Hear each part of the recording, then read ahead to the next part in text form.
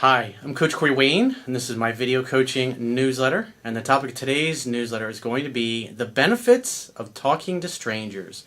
So I got an email success story here from a guy.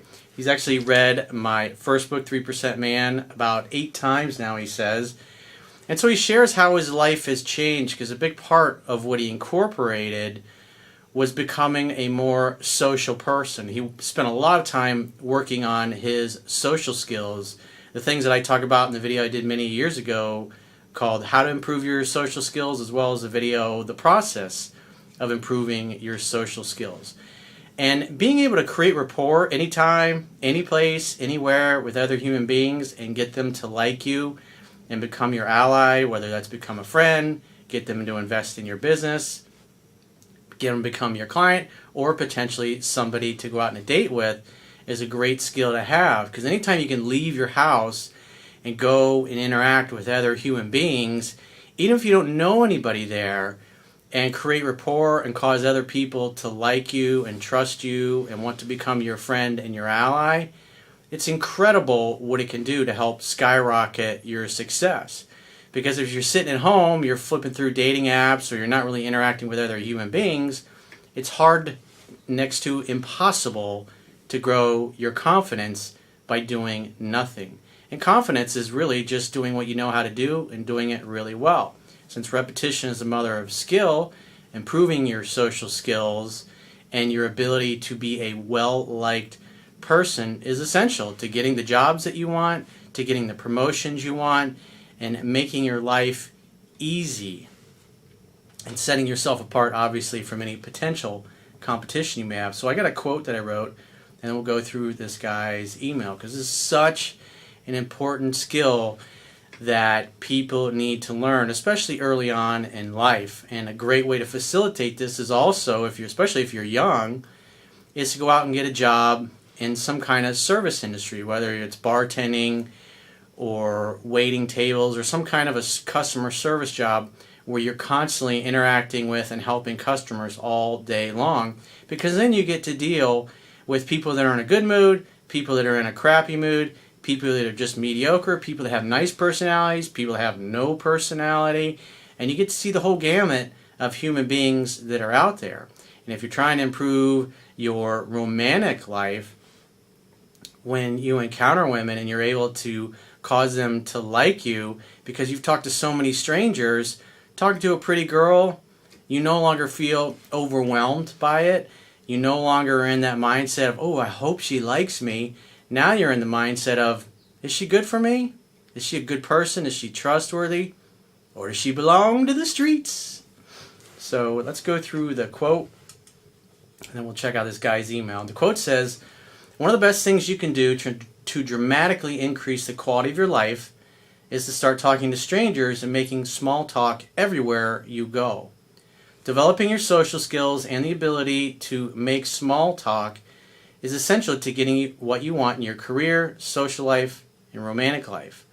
When you can strike up conversations with total strangers anywhere and any time, you can make friends, allies, and create rapport with potential romantic prospects at will. This will grow your confidence and make you a people person who is easygoing and easy to get along with and easy to talk to. When people like you because you took the time to take a sincere, authentic interest in who they are as a human being, it makes it really hard to say no to you. It's hard to say no to someone we like. This gives you the power to influence others when you make it easy for people to like you. We all need this skill. It's essential. We have to develop it. If you're going to get the things you want in life from other people, you have to be able to influence them.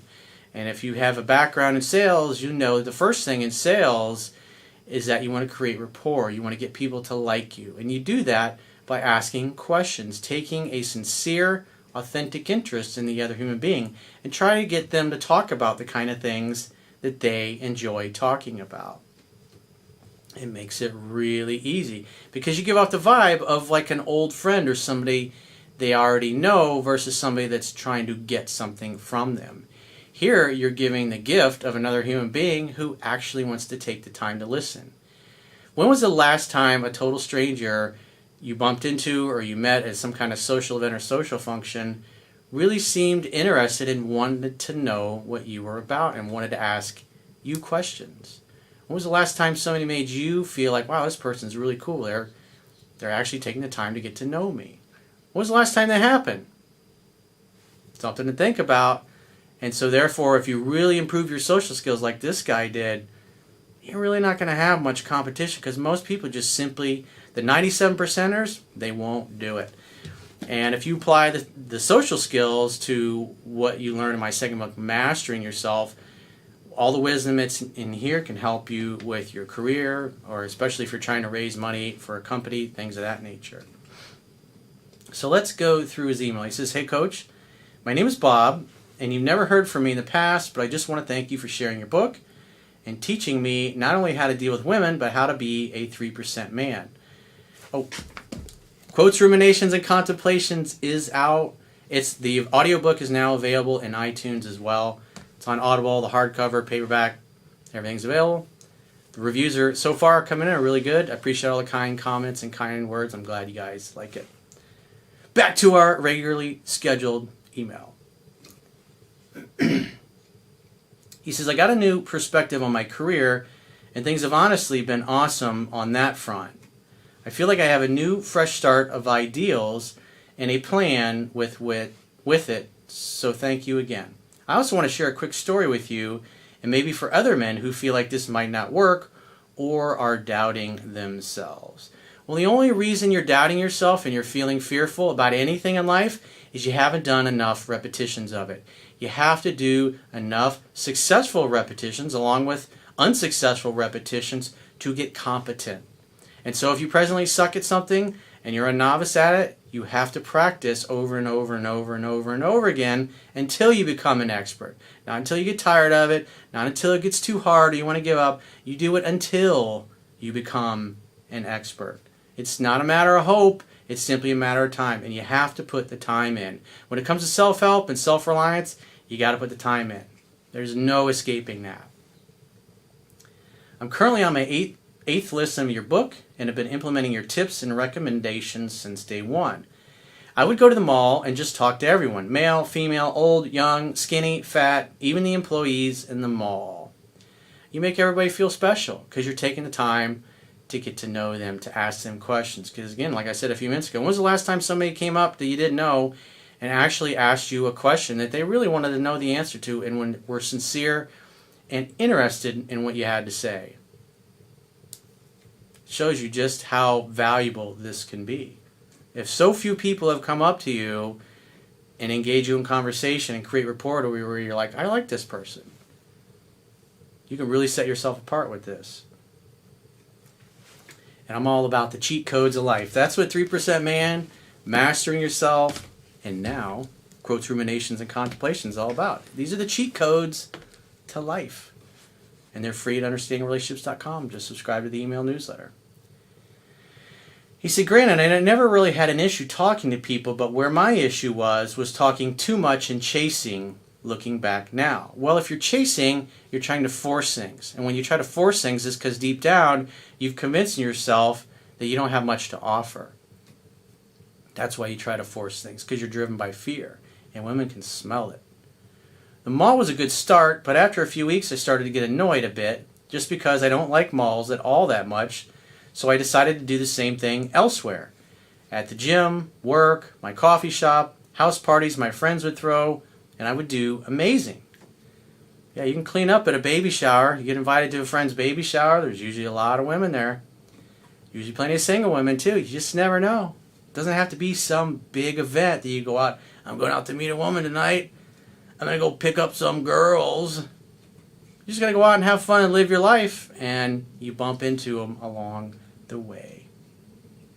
You encounter a pretty little flower. Oh, I think I'll pick you up and take you home. It's funny when you explain the cat and dog analogy, because immediately after I saw the push and pull.